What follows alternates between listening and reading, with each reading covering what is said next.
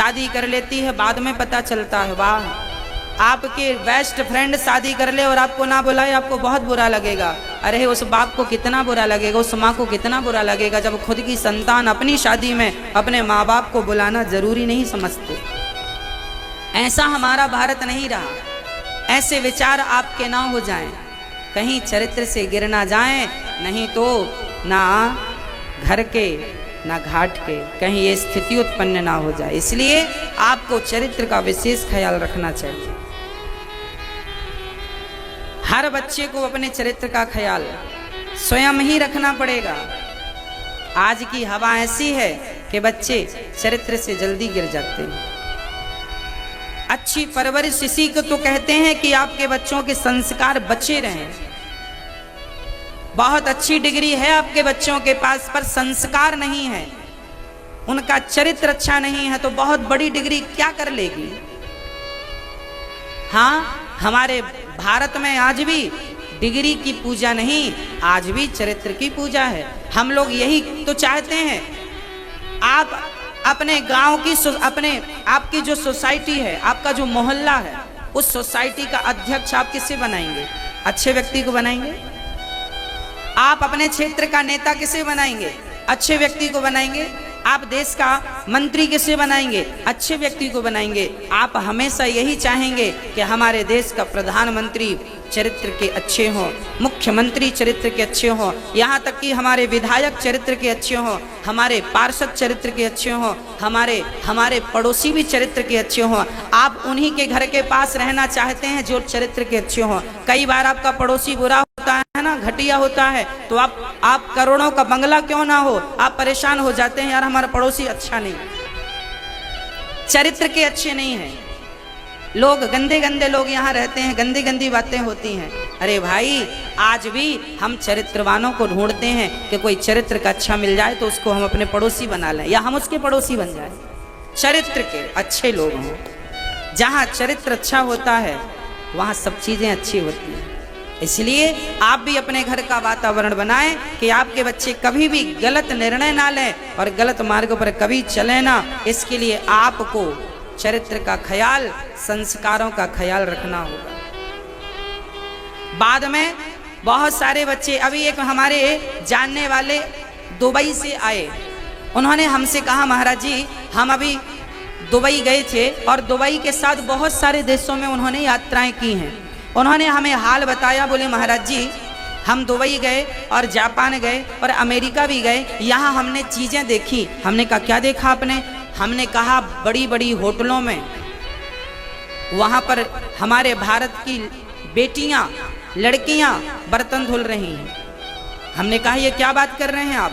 बोले महाराज जी लव जिहाद के चक्कर में हमारे भारत की बहनें चक्कर में पड़ जाती हैं, शादी कर लेती हैं, और वो लोग जो लव जिहादी होते हैं वो भारत की लड़की को शादी करके घुमाने ले जाते हैं, घुमाने के बहाने वहाँ बेच के आ जाते हैं, वहाँ बेच करके आ जाते हैं और वहाँ उनके साथ बहुत गलत व्यवहार होता है, सारे गलत काम उनसे कराए जाते हैं। इसलिए मैं हर बहन से, हर बेटी से निवेदन करूंगा कि अपने माँ बाप के खिलाफ जाने का स्वप्न में ना सोचिएगा, नहीं जिंदगी नरक बनते देर नहीं लगेगी। जिनकी बनी है कभी उनके दास्तां उनके मुंह से सुनेंगी तो आपको पता चलेगा।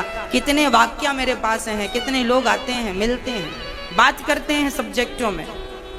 आप गलती ना कर लीजिएगा, लव जिहाद के चक्कर में ना उलझ जाइएगा, प्रेम के चक्कर में ना उलझ जाइएगा। शादी करके अपने गृहस्थ जीवन में माँ बाप की मर्जी से जो घर बसाया जाए उसी को आगे बढ़ाइए। मेरी तो बस यही प्रार्थना आपसे है। अंत में भगवान श्री कृष्ण जंगल की तरफ गए। चूंकि उन्हें कलंक लगा कि आपने चोरी की, जरा सत्यजित ने लगाया। भगवान गए हैं और जाकर के आपने देखा कि प्रसेन मरा पड़ा, पांव के निशान बने थे तो शेर का पीछा किया, वहां शेर मरा पड़ा। अब आगे तो रीछ के निशान थे, उस पांव के निशान के पीछे पीछे जब चले तो वो निशान एक गुफा में जा रहे थे। भगवान ने अपने मित्रों से कहा आप यहीं खड़े रहो, मैं इस गुफा में प्रवेश करता हूँ। और जब भगवान उस गुफा में गए तो वहाँ एक जामवंत नाम के रीछ थे, उनकी बेटी बड़ी सुंदर। वो मणि से खेल रही। भगवान ने मांगा, उन्होंने अपने पिता को बुलाया और उन्होंने वो मणि पिता को दे दिया। भगवान ने जामवंत जी से युद्ध किया। पिछले जन्म की वो इच्छा आज 27 दिन तक युद्ध किया। युद्ध करते करते जब नस नस ढीली पड़ गई तब जामवंत जी चरणों में गिरे, प्रभु आप हैं। भगवान बोले, पहले ही पहचान लेते थे, इतनी धुलाई क्यों होती। चरणों में जामवंत जी ने प्रणाम किया और भगवान को मणि दी। कहा मेरी बेटी को स्वीकार कर लो। बेटी को दिया और भगवान का दूसरा विवाह जाम्बवती से संपन्न हुआ। आए हैं, पाणी ग्रहण संस्कार हुआ और भगवान ने जरा सत्रजित को मणि, भैया जी आपके मणि के चक्कर में हमें कलंकित आपने कर दिया, ये मणि आप रखिए। तीसरा विवाह सत्रजित ने सत्यभामा का विवाह भगवान से करा दिया, जिनकी मणि थी। अब लोग उन्हें बड़ा गलत बोलने लगे, लोग भगवान को आपने कलंकित कर दिया। चौथा विवाह भगवान का यमुना से हुआ। एक दिन यमुना महारानी आंख बंद करके बैठी थी, कृष्ण और अर्जुन रथ से जा रहे थे। तभी अर्जुन की दृष्टि एक महिला पर पड़ी तो गए, देवी आप कौन हैं? बोले मैं सूर्य पुत्री यमुना हूँ और मैं कृष्ण को पति रूप में चाहती हूँ, मैं कृष्ण को पति के रूप में चाहती हूँ। तभी पति के रूप में चाहती हूँ। भगवान ने कहा ठीक है। हाँ, पति के रूप में चाहती हूँ। भगवान ने कहा ठीक है। भगवान ने चौथा विवाह यमुना से किया। अच्छा, भगवान की मर्जी नहीं है कि मैं विवाह करूं या भगवान कोई जानकर नहीं कर रहे हैं, ये सब इमरजेंसी केस हैं, सब चाहती हैं और भगवान विवाह करते जाते हैं। पांचवा विवाह भगवान का हुआ उज्जैन में मित्रविंदा के संग। छठवां विवाह भगवान का हुआ है कौशल देश के राजा थे नागनजित, इनकी बेटी का नाम था नागनजिती। 7 बैलों को एक साथ नाथना था, उनकी नाक पर रस्सी डालने को नाथना बोलते हैं। 7 बैलों को एक साथ जो नाथेगा वही इससे विवाह कर सकेगा। वहाँ बड़े बड़े दिग्गज थे पर कोई नहीं कर सका। अंत में भगवान मैदान पर कूदे और एक साथ भगवान ने 7 बैलों को एक साथ नाथा और सत्या ने आकर भगवान के गले में माला पहना दिया, नागनजिती ने माला पहनाया। भगवान का 6वां विवाह संपन्न हुआ। 7वां विवाह भगवान का भद्रा के संग हुआ। ये कश्मीर की लड़की थी, भद्रा इनका नाम था। 8वां विवाह भगवान का मध्य प्रदेश में लक्ष्मणा के संग संपन्न हुआ। लक्ष्मणा से 8वां विवाह हुआ। भौमासुर नाम के दैत्य थे, इन्होंने 16,100 कन्याओं को बंदी बना रखा था। तब भगवान ने 16,100 कन्याओं को जेल से आजाद किया, भौमासुर को युद्ध में पराजित किया और कन्याओं से कहा देवियों किराया खर्चा लो और आप यहाँ से चली जाओ अपने अपने पिता के अपने अपने घर। उन कन्याओं ने कहा प्रभु आपको पाने के बाद भला हम और कहाँ जाएं, किसकी शरण ग्रहण करें, आप हमें स्वीकार कर लीजिए। तब भगवान ने कहा ठीक है। तब उन कन्याओं के आग्रह पर भगवान ने उनसे विवाह किया और टोटल विवाह हो गए भगवान के 16,108। 16,100 ये कन्याएं थी, 8 पहले, टोटल 16,108। अच्छा, भगवान की इतनी बड़ी गृहस्थी है, एक भी शादी का निमंत्रण कार्ड नहीं छपा। लोग ये शिकायत करते हैं भगवान ने इतने विवाह क्यों कर लिए। अरे भगवान ने अपनी मर्जी से थोड़ी किए। और भगवान हमसे ये भी कहना चाहते हैं कि देखो 108 राम जी ने एक विवाह किया और कृष्ण जी ने 16,108। मानो भगवान कहते हैं कि खुश रहने के लिए विवाहों की जरूरत नहीं है।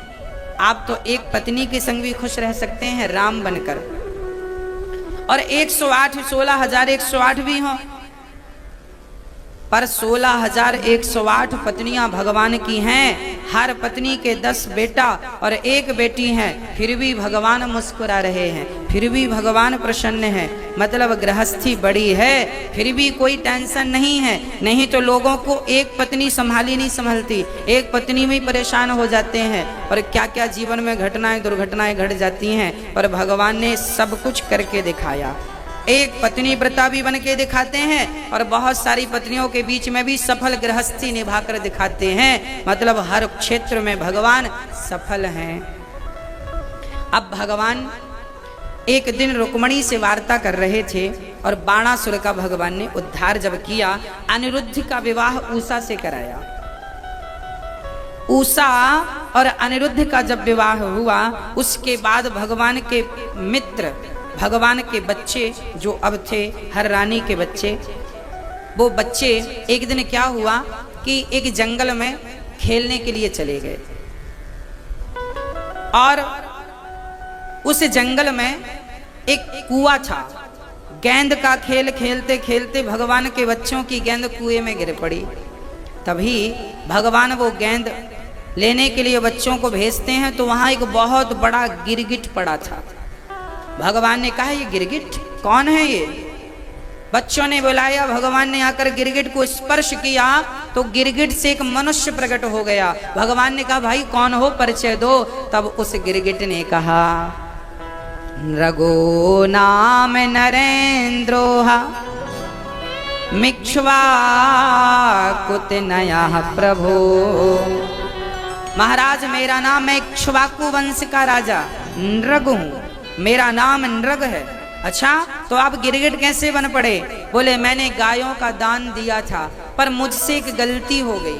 एक ही गाय मैंने 2 ब्राह्मणों को दान कर दी, तो उस पाप के कारण मुझे गिरगिट बनना पड़ा। पर आज दान किया तो मुझे आपका दर्शन जरूर हुआ। दर्शन करके आज इनकी मुक्ति हुई। सीधी बात यह है कि दानी को अर्थात दान देने वाले को देर सवेर भगवान का दर्शन, भगवान का साक्षात्कार जरूर होता है।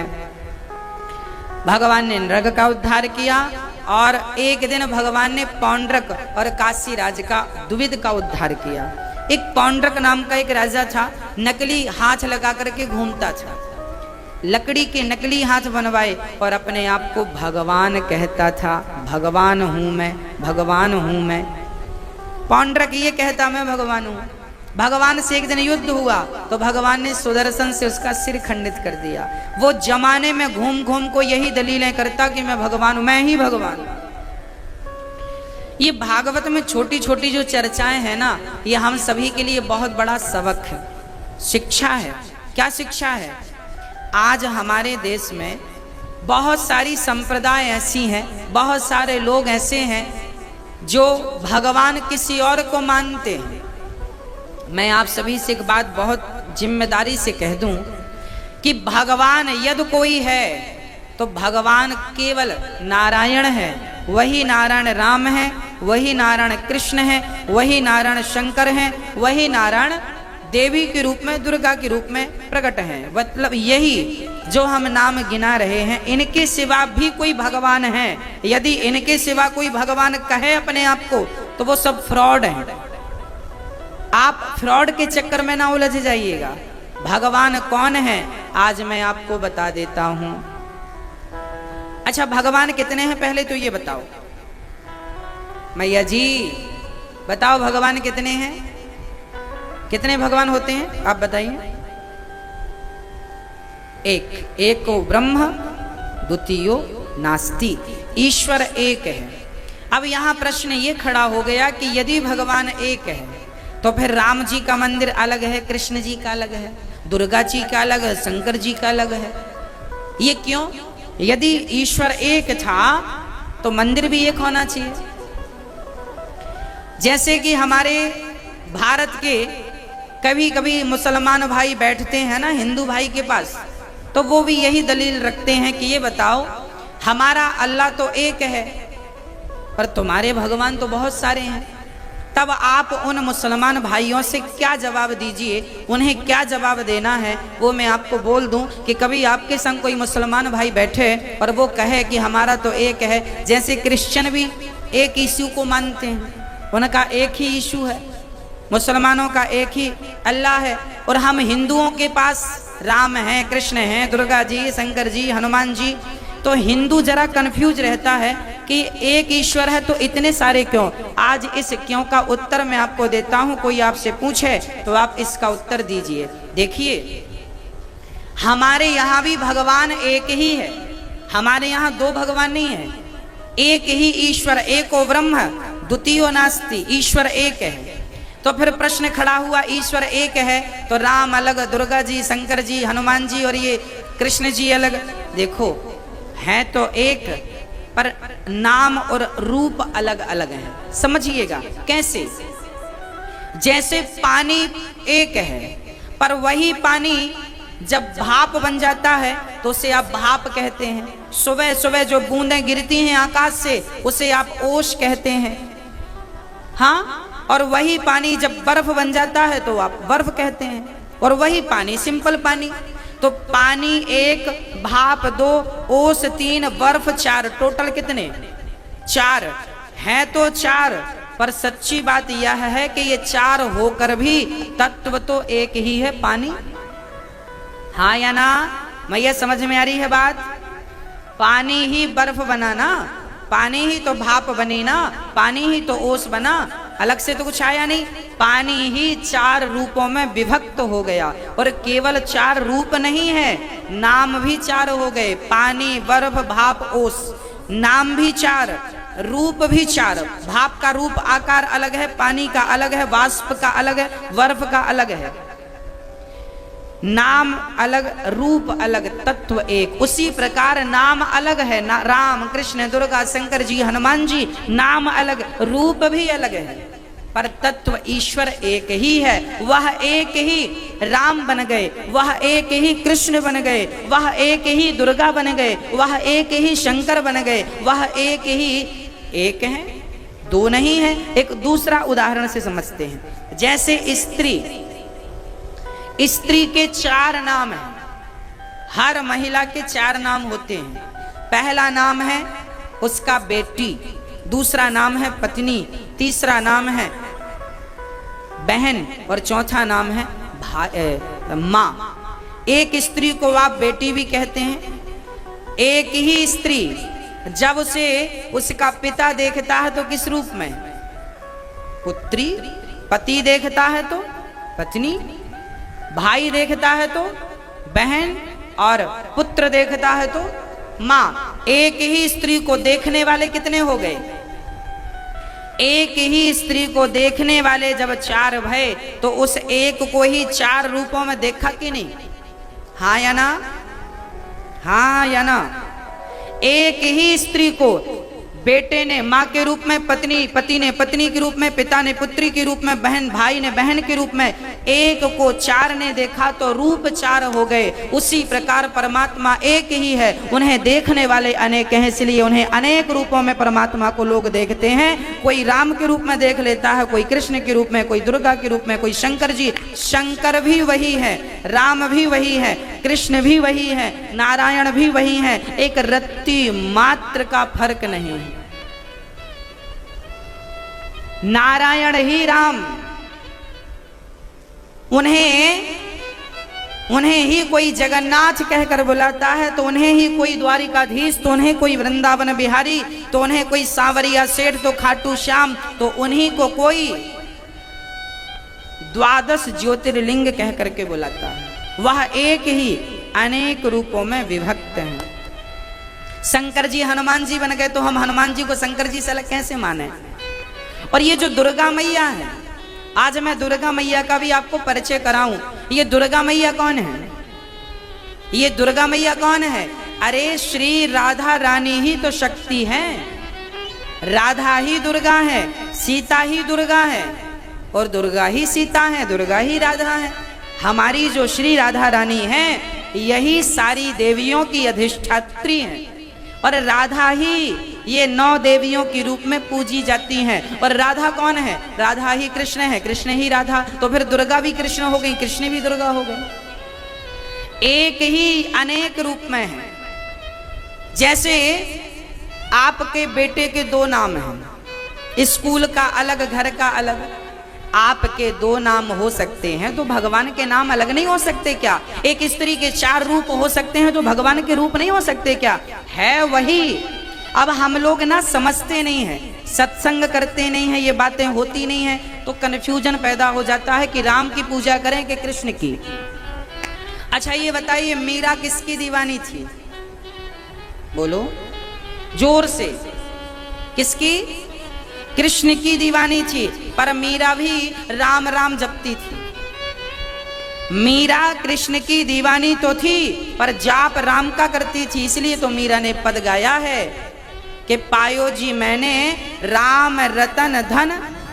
इसका मतलब क्या हुआ कि मीरा की नजर में राम और कृष्ण में कोई अंतर नहीं था। तो सच्चा हिंदू और सच्चा भक्त वही है जो राम और कृष्ण में कोई भेद ना समझे, वही सच्चा भक्त है। वही राम वही कृष्ण है। हरे राम राम राम हरे हरे, हरे कृष्ण कृष्ण कृष्ण।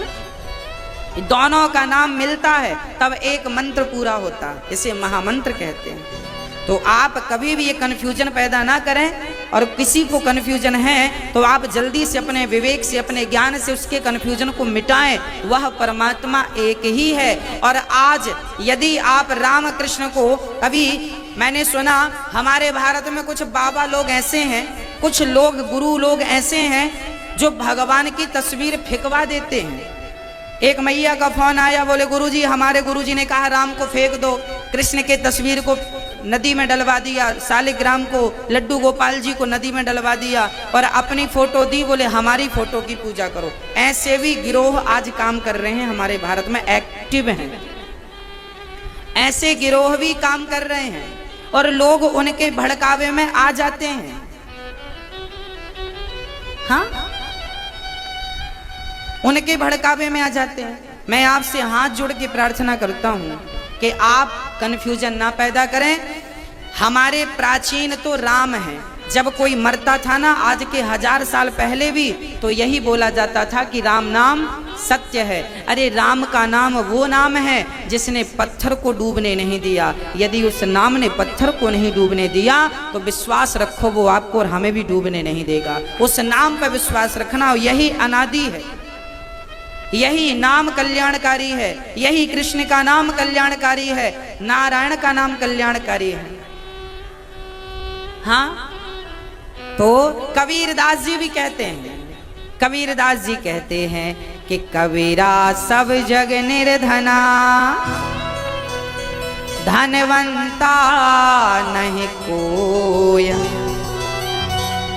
एक सज्जन हमसे बोले महाराज जी कबीरदास जी भी क्या भगवान हैं?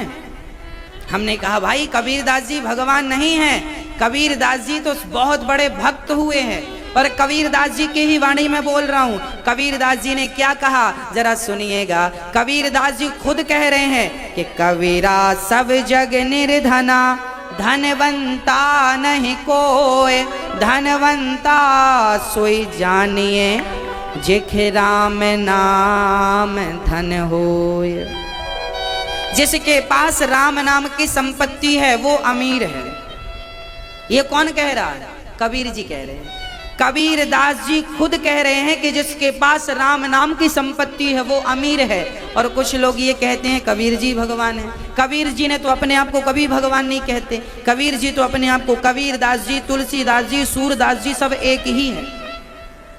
ये भगवान के उच्च कोटि के भक्त हुए हैं, भगवान को प्राप्त किया है, इन्होंने अपने नेत्रों से भगवान का दर्शन किया है। ये ऐसे महापुरुष हुए हैं और इन्होंने हमको समझाया है, इन्होंने हमको रास्ता बताया है कि बेटा तुम भी राम नाम के मार्ग पर चलते रहना, तुम भी हमारे जैसे भगवान तक पहुंच जाओगे। तो भगवान के परम भक्त श्री कबीरदास जी थे और कबीरदास जी ने हम सबको राम नाम का मार्ग बताया है, सुनिश्चित किया है। इसलिए हाथ जोड़कर आप पौंड्रक की तरह भटक ना जाना। जैसे पौंड्रक अपने आप को भगवान कहता था, बहुत सारे लोग अपने आप को भगवान माने बैठे, अपना ही एक अलग से भगवान लॉन्च किया है लोगों ने। आज हमारे भारत में बहुत सारे लोग ऐसे हैं, अपना ही भगवान लॉन्च कर देते हैं, ये हमारे अपने भगवान, और लोग उनको मानते भी हैं। भारत में ऐसे ऐसे लोग भी हैं कि आप नया भगवान लॉन्च कर दीजिए, वो मान जाएंगे, हाँ यही भगवान। वो राम को कृष्ण को पीछे छोड़ देंगे।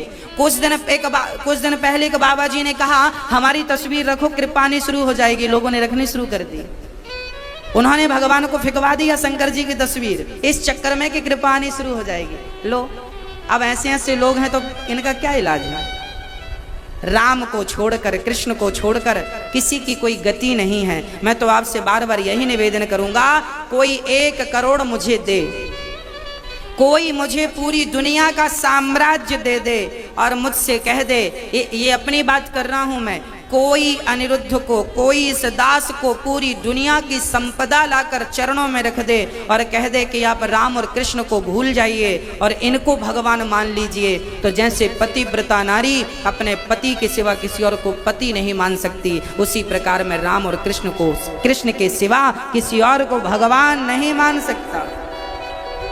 मेरे लिए तो राम ही है।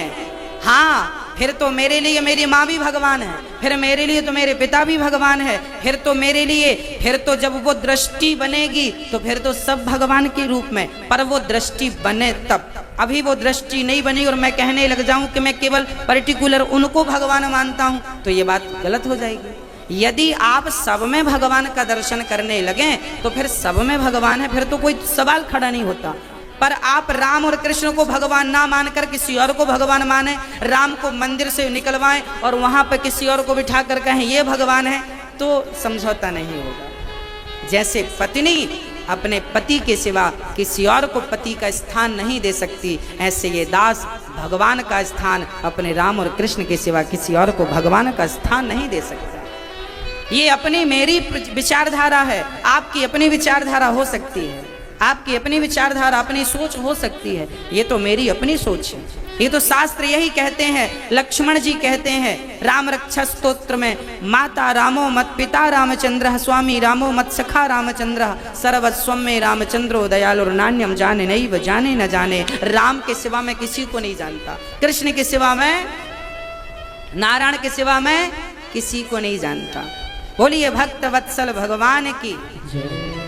इसलिए हम तो जीव मात्र पर भगवान का दर्शन करें, आदत बनाएं। आज हमारी आदत नहीं है, कल बन जाएगी, कोशिश करिए। जीव मात्र की संतुष्टि ही ईश्वर की संतुष्टि है।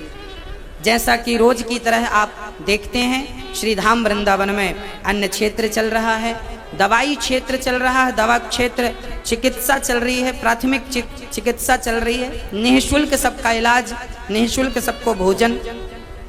और माँओं के लिए, मेरी वृद्ध माँओं के लिए, जिन माँओं के अपनों का सहारा अपनों ने नहीं दिया, ऐसी अपनी वृद्ध माँओं के लिए वहाँ रहने के लिए एक आश्रम का निर्माण हो रहा है। ये आश्रम सभी माँओं को सेवा प्रदान करेगा, ये दास सभी माँओं की सेवा करेगा और सभी माँओं में कृष्ण का दर्शन करता हुआ सेवा करेगा।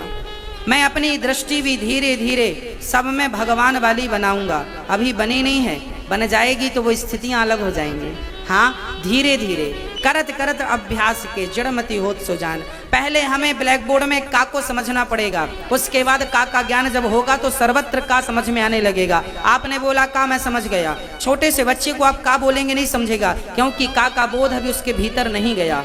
हाँ, उसी तरह से पहले बिहारी जी को मंदिर में समझो, ये बिहारी जी हैं, पहले इनको मंदिर में देखो, उसके बाद मंदिर के बाहर देखो, फिर धीरे धीरे पुष्पों में देखो, फिर धीरे धीरे कण कण में देखो, फिर धीरे धीरे स्त्री में, पुरुष में, बच्चों में, जिसे देखो उसमें बिहारी जी का दर्शन होने लगे। ये तो धीरे धीरे, भक्ति भी तो पढ़ाई है, धीरे धीरे हमें अपने आप को डेवलप करना है, धीरे धीरे सीढ़ियाँ चढ़नी है। तो हमें अब जो वृंदावन में वृद्ध माएँ और जो वृंदावन में अन्य क्षेत्र लेते हैं सभी भक्त, पहले हमें इनमें भगवान का दर्शन करना पड़ेगा।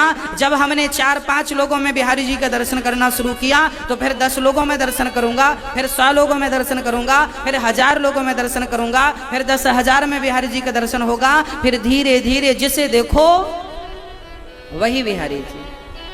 तो धीरे धीरे एक साधे सब सद है। पहले अपनी माँ में भगवान को देखो, इसलिए माँ भगवान है, पहले माँ में भगवान को देखो। भाई मास्टर जी कहते हैं पहले बड़ा अक्षर कमल का माल, इसमें 3 अक्षर हैं। पहले मास्टर जी बच्चों को कमल नहीं पढ़ाते, पहले नल पढ़ाते हैं 2 अक्षर वाला। पहले क्या करते हैं, पहले 2 अक्षर को जोड़ो, फिर 3 अक्षर को जोड़ना, फिर 4 अक्षर का सेंटेंस देते हैं, फिर 5, बड़ा धीरे धीरे आता ना। पहले नल, थल, जल, कल, पल, फिर उसके बाद 3 अक्षर वाला कमल, फिर उसके बाद 4 अक्षर वाला, फिर 5, धीरे धीरे बढ़ाते जा। ज्यों ज्यों समझदारी बढ़ती है अक्षर, और जब समझदारी बढ़ जाती है तो फिर तो 10 अक्षर का भी हो आप तुरंत पढ़ लेंगे।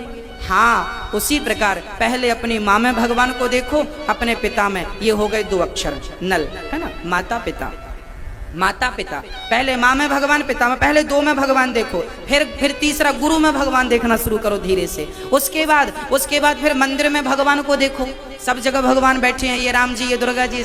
इसके बाद फिर मंदिर में पुजारियों में भगवान को देखो, ये पुजारी पूजा करते हैं, पुजारियों में भगवान को देखो। फिर मंदिर आने जाने वाले भक्तों में भगवान को देखो, अरे ये तो भगवान से जुड़े हैं, इनमें भगवान को देखो। फिर धीरे धीरे फिर सब में भगवान, धीरे धीरे करत करत अभ्यास के अंत में जब सर्वत्र भगवान दिखने लगेंगे, उसी दिन परमात्मा सामने आकर खड़ा हो जाएगा, चल तेरा अब संसार में कोई काम नहीं, तू मेरे योग्य बन चुका है, मेरे धाम चल। तुरंत उठाकर हाथ पकड़ के ले जाएंगे, जिसे हम मुक्ति कहते हैं।